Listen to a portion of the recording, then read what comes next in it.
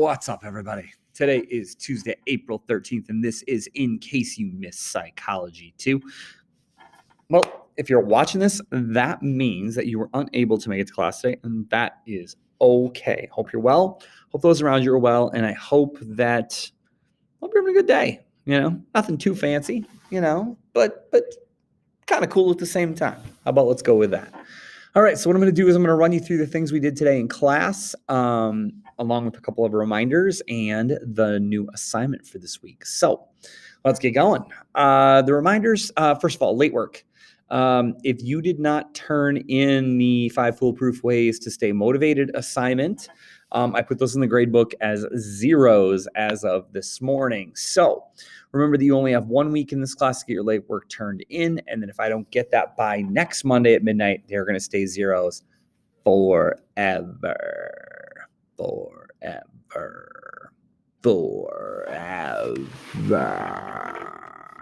Anyway, as soon as you get that into me, I'll work on correcting it. I'll get it in for you. I'm not instantaneous, but I'll do my best. For you guys to turn things in on time. I got those graded already. I worked on them on Sunday. I worked on them yesterday. And so check Infinite Campus for your grades on those. Remember, it's all 3 standards, so make sure you take a look there. I gave you feedback on your answers. If something was really, really good, I let you know that I was impressed. If something needs a little bit of work, I let you know that it needs a little bit of work, whether that be grammar or the quality of the answer.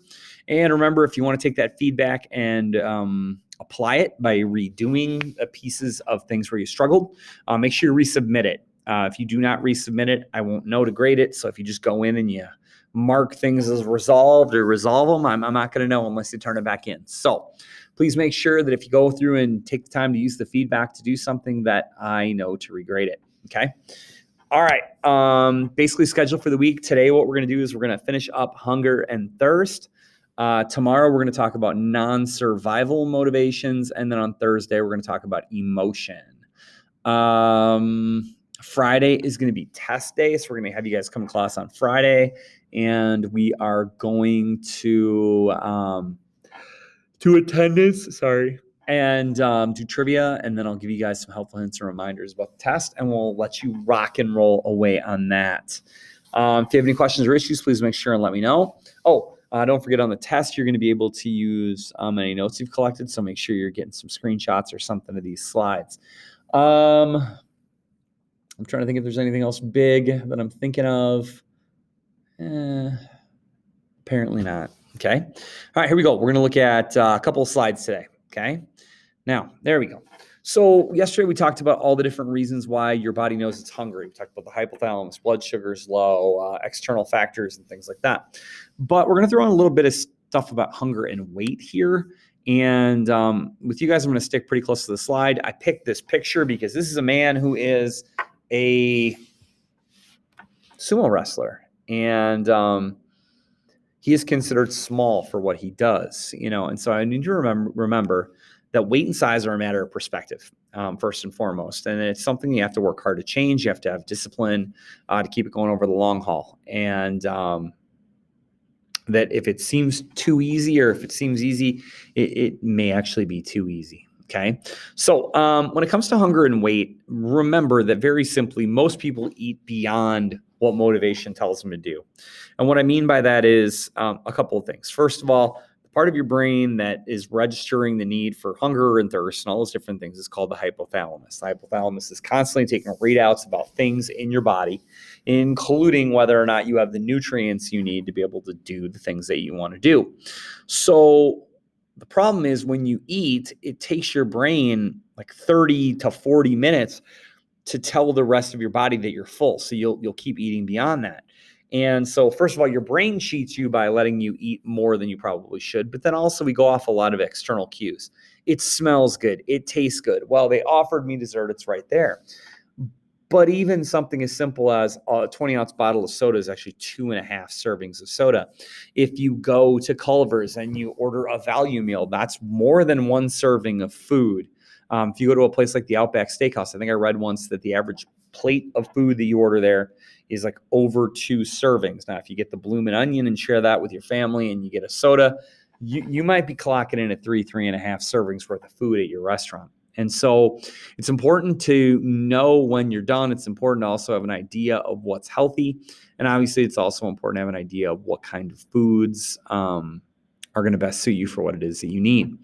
Obviously, a major factor in weight is going to be metabolism, or how fast your body burns off fuel or calories. A reminder from first semester, your metabolism tends to work better early in the day, and it gets worse as your night goes on. Whereas in the United States, we tend to eat our smallest meal early in the day and eat more calories as the night goes on. Metabolism is obviously something that as you age will change for the most part. Some of you guys, it might not, but it does tend to slow down, especially with hormonal changes, milestones in your life. But we all have this thing called a set point. It's like an ideal range where our body would like to stay weight-wise. You may notice that sometimes when you try to gain weight, there seems to be a top limit that you don't seem able to get above. And when you try to lose weight, there seems to be a bottom floor. Sorry. That range is called your set point, and it's kind of your body's ideal weight range. And so it's kind of a mechanism your body has for doing this. It depends on the number of fat cells in your body and the size of those fat cells. Now, obviously, your set point is going to change throughout your life. You're not going to weigh the same thing your entire life, or else you'd still weigh what you would weigh when you were born. But what we do know is if you do want to change that set point, whether it be up or down, doing things like crash dieting or binge eating do not necessarily do a good job of making any kind of sustained change. The best way to healthily add or lose weight is usually through a good balanced diet and some sort of exercise. But obviously the gain can sometimes be harder for people, and sometimes the weight loss is harder because there is no magical cure for being over or underweight. Everybody's a little bit different. Our genetics are different.